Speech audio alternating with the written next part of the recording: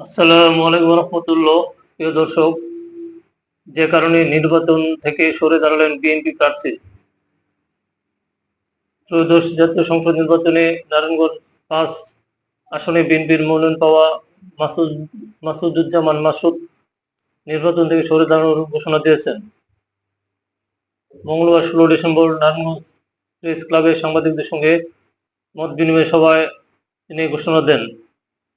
তার এই ঘোষণায় রাজনৈতিক অঙ্গনে চাঞ্চল্য সৃষ্টি হয়েছে। মাসুদুজ্জামান মাসুদ বলেন, বিএনপির মনোনয়ন পাওয়ার পর শহর বন্দরে মানুষের কাছে ব্যাপক সাড়া পেয়েছি।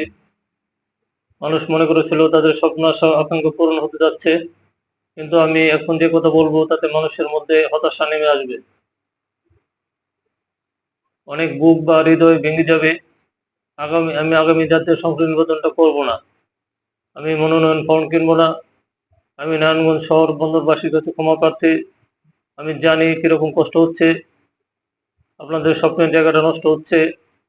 এমন সিদ্ধান্ত নেওয়া আমার জন্য সহজ ছিল না। নির্বাচন থেকে সরে দাঁড়ানোর বিষয়ে দুটি কারণ উল্লেখ করে মাসুদুজ্জামান মাসুদ বলেন, প্রথমত নিরাপত্তাহীনতার শঙ্কা প্রকাশ করেন। দ্বিতীয়ত মাসুদ জানান তার পরিবারও চায় না তিনি ভোটের মাঠে থাকুক। ব্যক্তিগত পারিবারিক কারণে আমাকে কঠিন সিদ্ধান্ত নিতে হচ্ছে।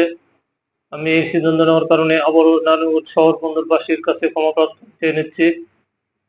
আমি একজন সমাজকর্মী হিসেবে আজীবন আপনাদের পাশে থাকবো। আমি জানি কিরকম কষ্ট হচ্ছে, কিরকম কষ্ট আপনাদের হচ্ছে। দলীয় নেতাকর্মী, এলাকাবাসী সবাই কষ্ট পাচ্ছেন। অনেকের মতো আমার নিজের কাছে মনে হচ্ছে তীরে এসে তরি ফেরত যাওয়া হচ্ছে। এটা আমার জন্য সহজ ছিল না। তবে এই সিদ্ধান্ত শক্তভাবে নেওয়া, এটা নেওয়ার জন্য আমি বেশ কিছুদিন ধরে নিজেকে তৈরি করেছিলাম। মাসুদ আরো বলেন, নির্বাচনের প্রার্থিতা ঘোষণার পর থেকেই পরিবারের সদস্যরা নিরাপত্তা নিয়ে শঙ্কিত ছিলেন। ঢাকায় শরীফ ওসমান হাদির উপর গুলির ঘটনার পর তারা আরো আতঙ্কিত হয়ে পড়েন। পরিবারের অনুরোধে এই নির্বাচন থেকে সরে দাঁড়িয়েছেন বলে জানান বিএনপি প্রার্থী। দর্শক, ভালো থাকবেন। আল্লাহ হাফেজ।